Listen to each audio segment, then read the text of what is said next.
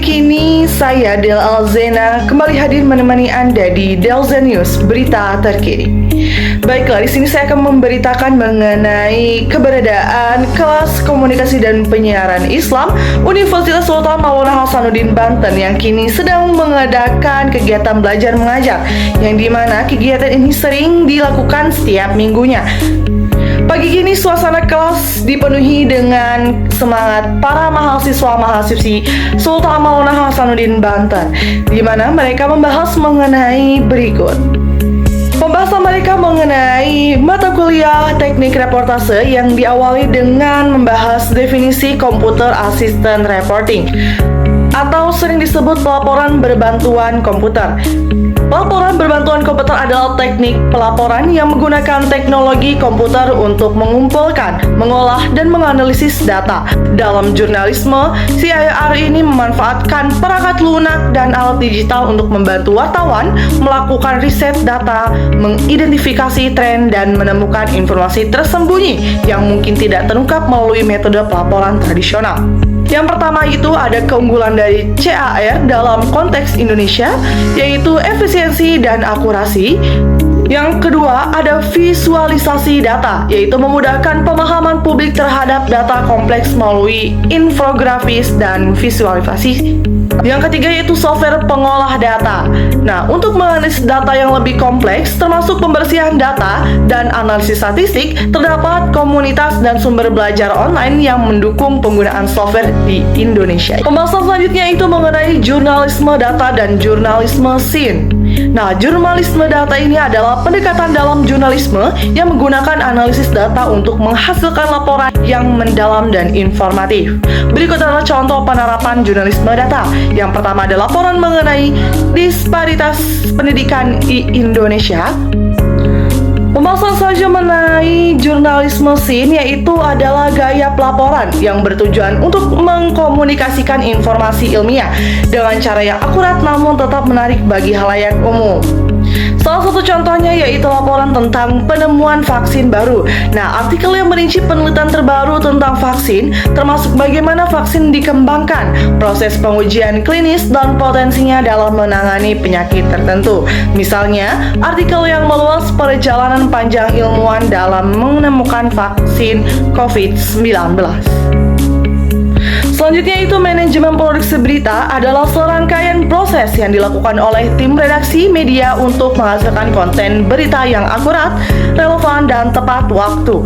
Proses ini mencangkup berbagai tahap mulai dari pengumpulan informasi hingga publikasi berita. Manajemen yang baik dalam produksi berita dapat memastikan kualitas jurnalistik, efisiensi, dan kecepatan dalam menyampaikan informasi, seperti manajemen produksi berita.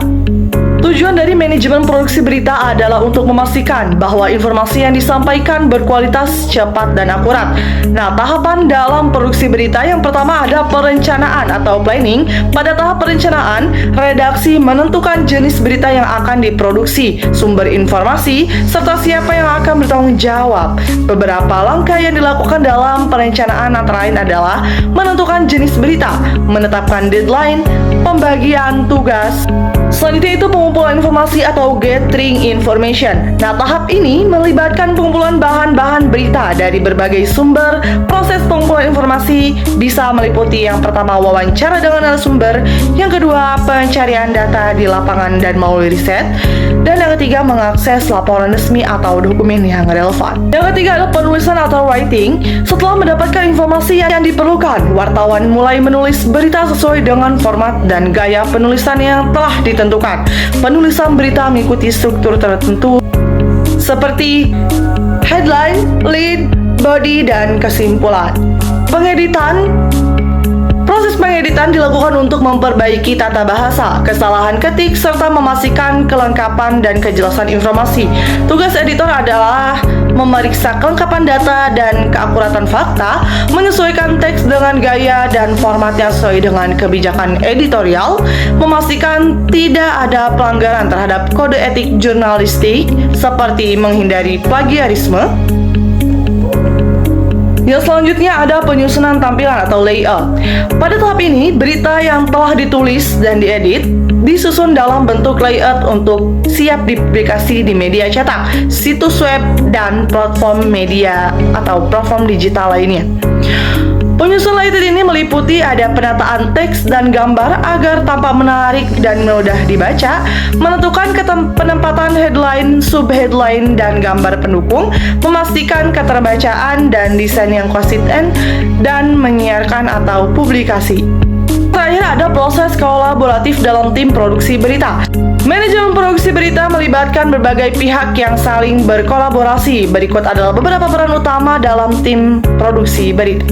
Yang pertama ada wartawan yang bertanggung jawab untuk mengumpulkan informasi, menulis, dan mengirimkan laporan. Yang kedua ada editor yang menyunting berita agar sesuai dengan standar dan kebijakan editor.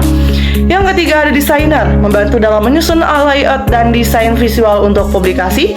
Yang keempat ada penyiar atau presenter, membaca atau menyampaikan berita di media siaran. Dan yang terakhir ada teknologi dalam manajemen produksi berita. Selanjutnya ada departemen produksi pada divisi pemberitaan. Departemen ini adalah fungsinya untuk menceritakan dan mencetakkan program berita, menentukan isu tema berita, kemudian menyajikan kepada pemirsa.